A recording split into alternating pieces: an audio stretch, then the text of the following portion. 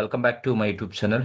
ಈ ಒಂದು ವಿಡಿಯೋದಲ್ಲಿ ಕಾಮನ್ ಸೈಜ್ ಇನ್ಕಮ್ ಸ್ಟೇಟ್ಮೆಂಟ್ ಅನ್ನ ಹೇಗೆ ಮಾಡೋದು ಅನ್ನೋದನ್ನ ನಾನು ನಿಮಗೆ ತಿಳಿಸ್ಕೊಡ್ತೀನಿ. ಸೊ ಇದು ನನ್ನ ಎರಡನೇ question, common size income statement ಅನ್ನ ಮಾಡ್ತಾ ಇರೋದು.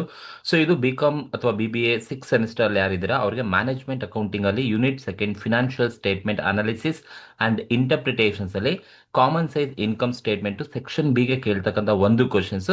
ಸೊ ಹೇಗೆ ಆನ್ಸರ್ಸ್ ಅನ್ನ ಮಾಡಬೇಕು, ಯಾವ ತರ ಅರ್ಥ ಮಾಡ್ಕೋಬೇಕು ಅನ್ನೋದನ್ನ ನೋಡ್ತಾ ಹೋಗೋಣ. ಸೊ ಬನ್ನಿ, ಕ್ವಶನ್ ನಂಬರ್ ಸೆಕೆಂಡ್ ನಾನು ಮಾಡ್ತಾ ಇರೋದು. ಸೊ ಆಲ್ರೆಡಿ ಫಸ್ಟ್ ಪ್ರಾಬ್ಲಮ್ ನಾನು ಒಂದು ಯೂಟ್ಯೂಬ್ ಚಾನಲ್ ಅಲ್ಲಿ ಆಲ್ರೆಡಿ ಅಪ್ಲೋಡ್ ಮಾಡಿದ್ದೀನಿ. ಸೊ ಇದು ಎರಡನೇ ಕ್ವಶನ್ಸ್ ನಾನು ಮಾಡ್ತಾ ಇರೋದು. ಸೊ ಏನಿದೆ ಕ್ವಶನ್ ಅಂತ ಹೇಳಿದ್ರೆ, from the following prepare common size income statement. ನೋಡಿ ಅವರೇ ಕ್ವಶನ್ಸ್ ಅಲ್ಲಿ ಹೇಳಿದ್ದಾರೆ. ಸೊ ಏನ್ ಪ್ರಿಪೇರ್ ಮಾಡ್ಬೇಕಂತೆ, ಕಾಮನ್ ಸೈಜ್ ಇನ್ಕಮ್ ಸ್ಟೇಟ್ಮೆಂಟ್ ಅನ್ನ ಪ್ರಿಪೇರ್ ಮಾಡಿ ಅಂತ ಹೇಳಿದ್ದಾರೆ. ಸೊ ನಮಗೆ ಪಾರ್ಟಿಕ್ಯುಲರ್ಸ್ ಕೊಟ್ಟಿದ್ದಾರೆ, ದಿಲೀಪ್ ಕಂಪನಿ ಕೊಟ್ಟಿದ್ದಾರೆ, ಕ್ಷಿತಿಜ್ ಕಂಪನಿ ಕೊಟ್ಟಿದ್ದಾರೆ. ಅಂದ್ರೆ ಯಾವುದೋ ಒಂದು ಕಂಪನಿ ನೇಮ್ ಅನ್ನ ಕೊಟ್ಟಿದ್ದಾರೆ. ಸೊ ಪರ್ಟಿಕ್ಯುಲರ್ಸ್ ಇದೆ. ಸೊ ಎರಡು ಕಂಪನಿಗಳ ನೇಮ್ ಅನ್ನ ಕೊಟ್ಟಿದ್ದಾರೆ, ಒಂದು ದಿಲೀಪ್ ಕಂಪನಿ ಅಂತ, ಇನ್ನೊಂದು ಕ್ಷಿತಿಜ್ ಕಂಪನಿ ಡೀಟೇಲ್ಸ್ ಕೊಟ್ಟಿದ್ದಾರೆ. ಸೊ ಏನೇನು ಕೊಟ್ಟಿದ್ದಾರಪ್ಪ ಅಂತ ಹೇಳಿದ್ರೆ, ಸೇಲ್ಸ್ ಕೊಟ್ಟಿದ್ದಾರೆ. ಸೊ ದಿಲೀಪ್ ಕಂಪನಿಲಿ 11,50,000 ಇದೆ, ಕ್ಷಿತಿಜ್ ಅಲ್ಲಿ 12,50,000 ಇದೆ. ಕಾಸ್ಟ್ ಆಫ್ ಗೂಡ್ಸ್ ಸೋಲ್ಡ್ ಕೊಟ್ಟಿದ್ದಾರೆ, 6 ಇದೆ, 6,25,000 ಇದೆ. ಆಪರೇಟಿಂಗ್ ಎಕ್ಸ್ಪೆನ್ಸಸ್ ಅಂತ ಹೇಳ್ಬಿಟ್ಟು ಎರಡು ಕೊಟ್ಟಿದ್ದಾರೆ. ಒಂದು ಅಡ್ಮಿನಿಸ್ಟ್ರೇಟಿವ್ ಕೊಟ್ಟಿದ್ದಾರೆ, ದಟ್ ಈಸ್ ಅಡ್ಮಿನಿಸ್ಟ್ರೇಟಿವ್ ಎಕ್ಸ್ಪೆನ್ಸ್ ಅಂತ 1,05,000 ಅಂಡ್ 90,000 ಇದೆ.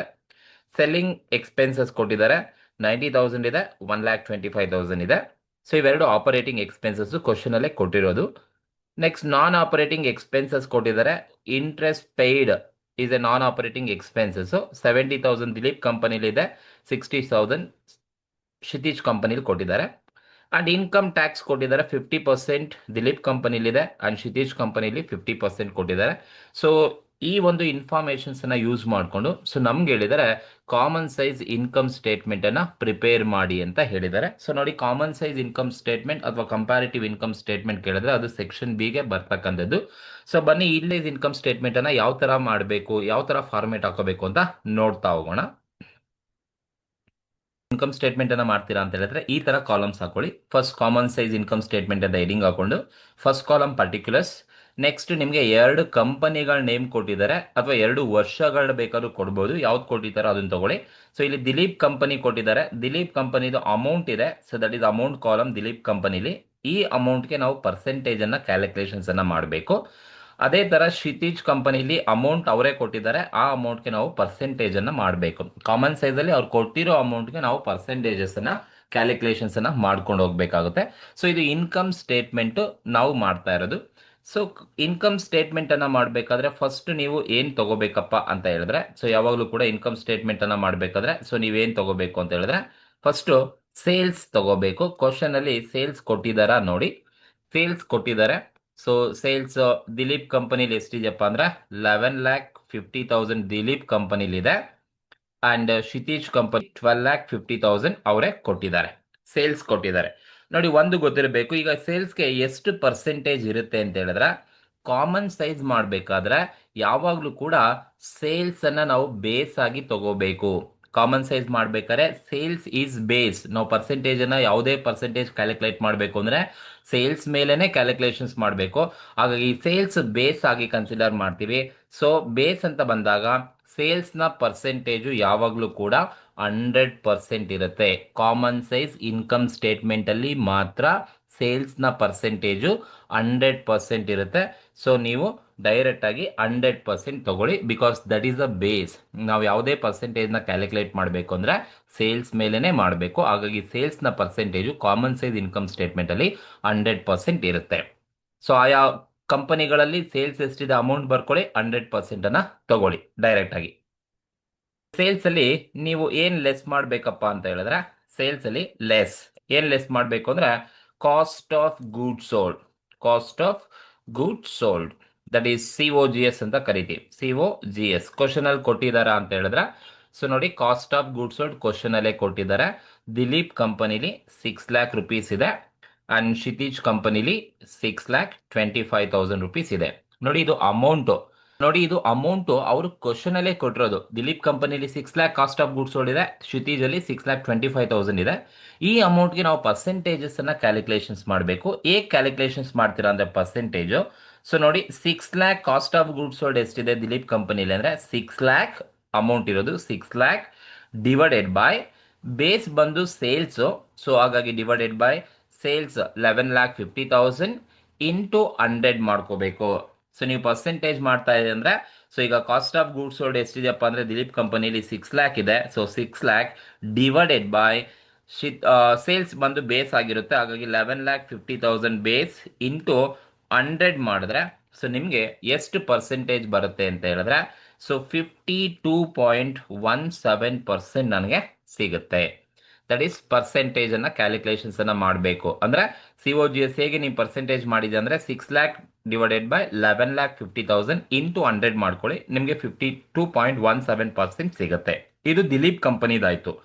ಈಗ ಅದೇ ತರ ನೀವು ಕ್ಷಿತಿಜ್ ಕಂಪನಿಲಿ COGSಗೆ ನೀವು ಪರ್ಸೆಂಟೇಜ್ ಮಾಡಬೇಕು ಅಂದ್ರೆ ಇಲ್ಲಿ COGS ಎಷ್ಟು ಅಮೌಂಟ್ ಇದೆ, 6,25,000 COGS ಅಮೌಂಟ್ ಇದೆ. ಸೊ ಹಾಗಾಗಿ 6,25,000 ಡಿವೈಡೆಡ್ ಬೈ ಸೇಲ್ಸ್ ಎಷ್ಟಿದೆ ಕ್ಷಿತಿಜ್ ಕಂಪನಿಲಿ ಅಂದ್ರೆ, ಸೊ 12,50,000 ಸೇಲ್ಸ್ ಇದೆ. ಸೊ 6,25,000 ಡಿವೈಡೆಡ್ ಬೈ 12,50,000 ಇಂಟು 100 ಮಾಡಿದ್ರೆ ನಮಗೆ ಎಷ್ಟು ಪರ್ಸೆಂಟೇಜ್ ಬರುತ್ತಪ್ಪ ಅಂದ್ರೆ 50% ಬರುತ್ತೆ. ಸೊ ನೀವು ಪರ್ಸೆಂಟೇಜ್ನ ಹೀಗೆ ಮಾಡಬೇಕು, ಎಲ್ಲ ಪರ್ಸೆಂಟೇಜ್ನ ಸೇಲ್ಸ್ ಮೇಲೆನೆ ಮಾಡಬೇಕು. ಹಾಗಾಗಿ cost of goods sold amount ಎಷ್ಟಿದೆ ಆಯಾ ಕಂಪನಿಲಿ ಡಿವೈಡೆಡ್ ಬೈ ಸೇಲ್ಸ್ ಎಷ್ಟಿದೆ ಇಂಟು 100 ಮಾಡ್ಕೊಳ್ಳಿ, ನಿಮಗೆ ಪರ್ಸೆಂಟೇಜ್ ಸಿಗುತ್ತೆ.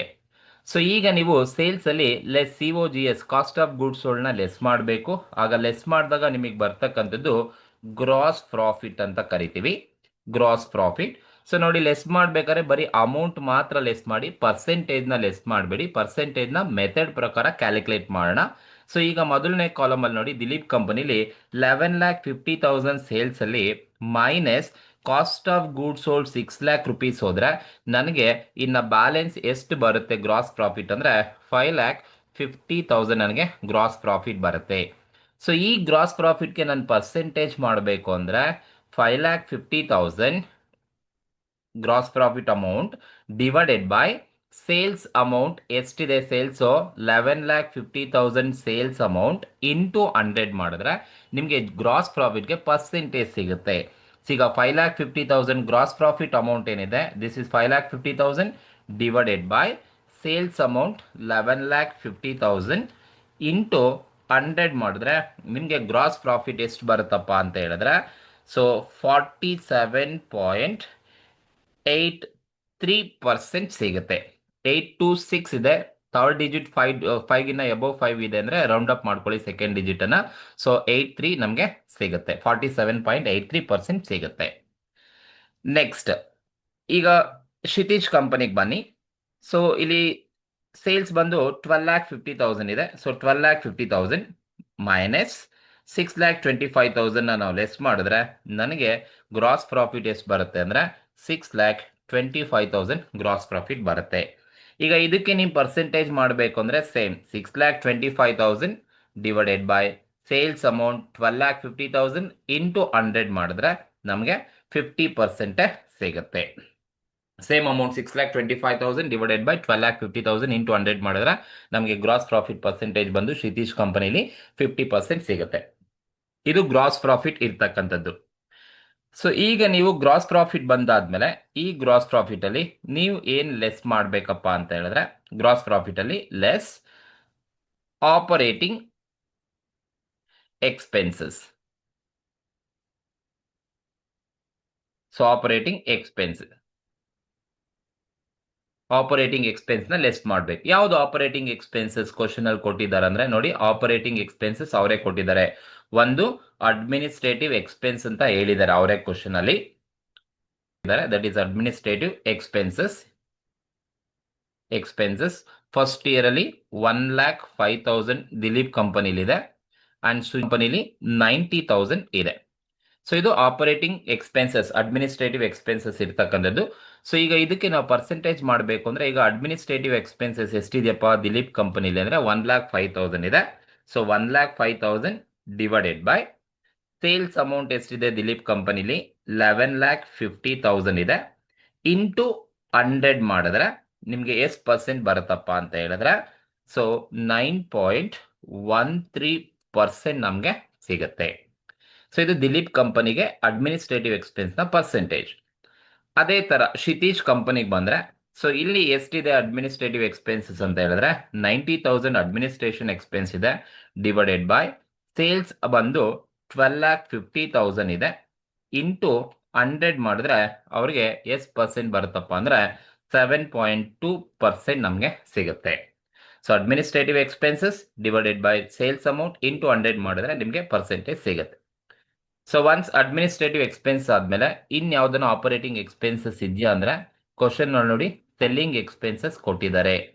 ಸೆಲ್ಲಿಂಗ್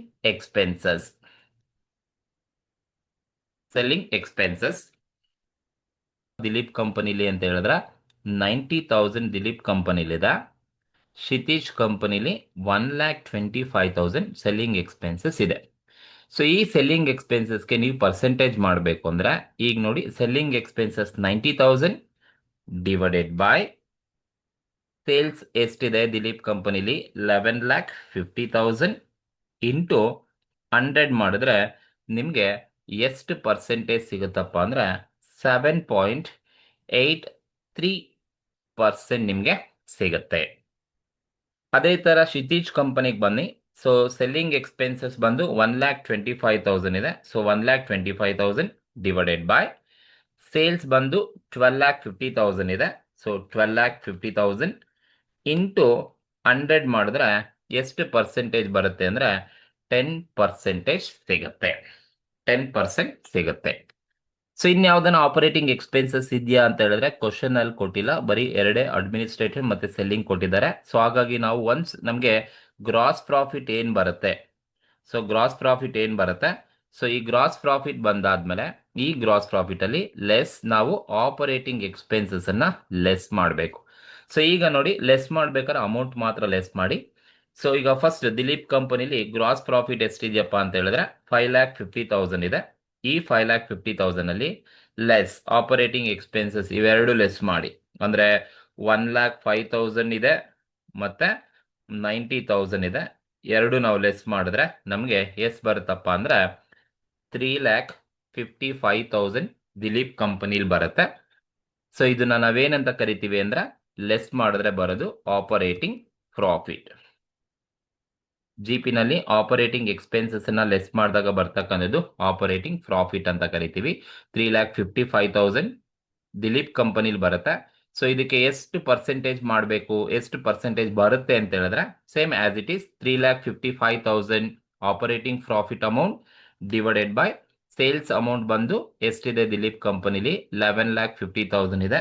ಸೊ 11,50,000 ಇಂಟು 100 ಮಾಡಿದ್ರೆ ನಿಮಗೆ 30.86% ಸಿಗುತ್ತೆ. 30.87 ಇದೆ, 87% ನಮಗೆ ಆಪರೇಟಿಂಗ್ ಪ್ರಾಫಿಟ್ ಸಿಗುತ್ತೆ.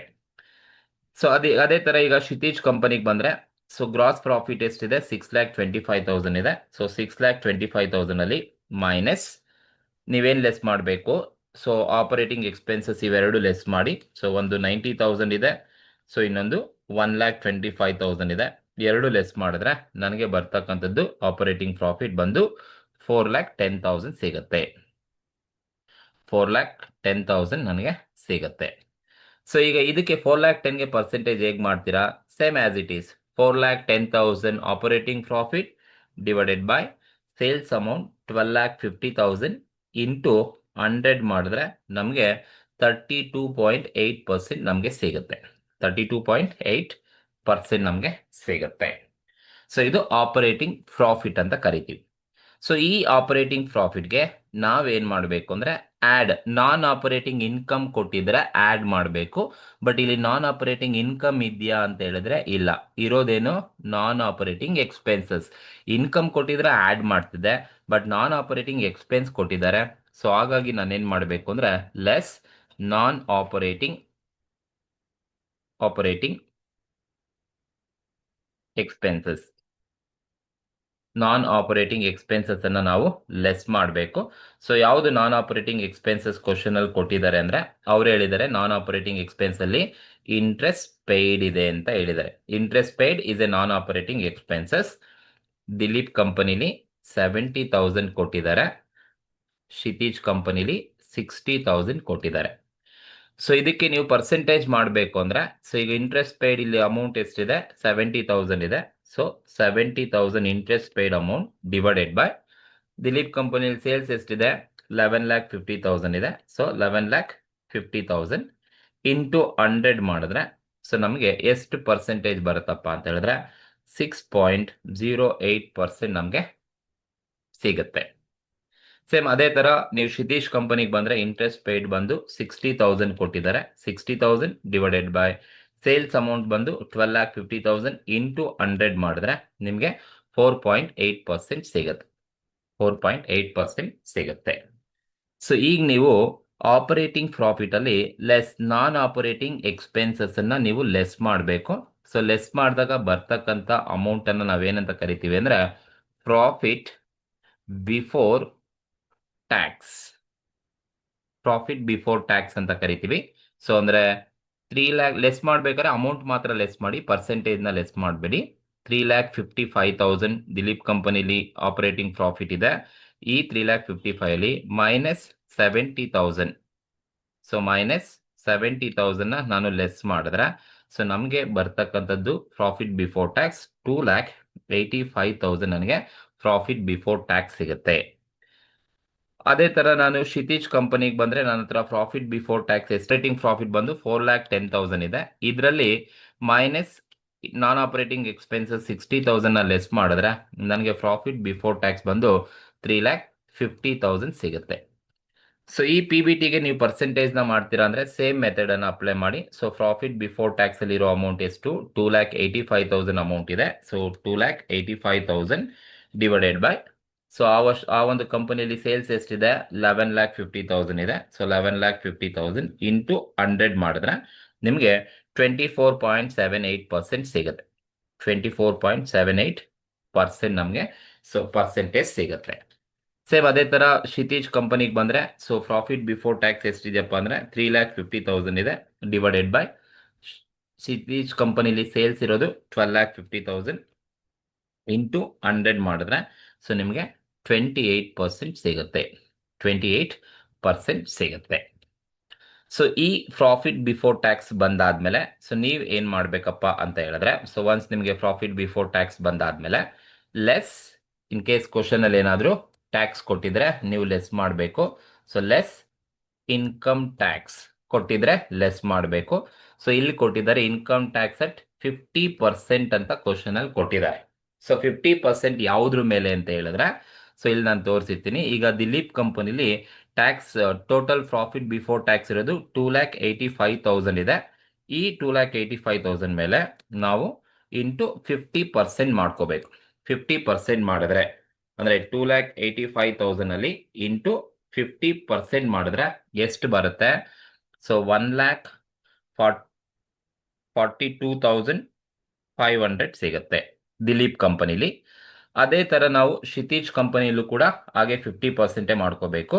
ದಟ್ ಈಸ್ 3,50,000 ಏನಿದೆ ಇದ್ರ ಮೇಲೆ ಇಂಟು 50%. ಪ್ರಾಫಿಟ್ ಬಿಫೋರ್ ಟ್ಯಾಕ್ಸ್ ಮೇಲೆನೆ 50% ಮಾಡ್ಕೊಳ್ಳಿ. ಸೊ ಅಂದ್ರೆ 3,50,000 ಇಂಟು 50% ಮಾಡಿದ್ರೆ ಇಲ್ಲಿ ಎಷ್ಟು ಬರುತ್ತಪ್ಪ ಅಂದ್ರೆ ಟ್ಯಾಕ್ಸ್ 1,75,000 ಸಿಗುತ್ತೆ. ಸೊ ಇದು ಇನ್ಕಮ್ ಟ್ಯಾಕ್ಸ್ ಪರ್ಸೆಂಟೇಜ್ ಅಲ್ಲಿ ಕೊಟ್ಟಿರೋದ್ರಿಂದ ನಾನೇ ಕ್ಯಾಲ್ಕುಲೇಷನ್ಸ್ ಅನ್ನ ಮಾಡ್ಕೊಂಡಿದ್ದೀನಿ.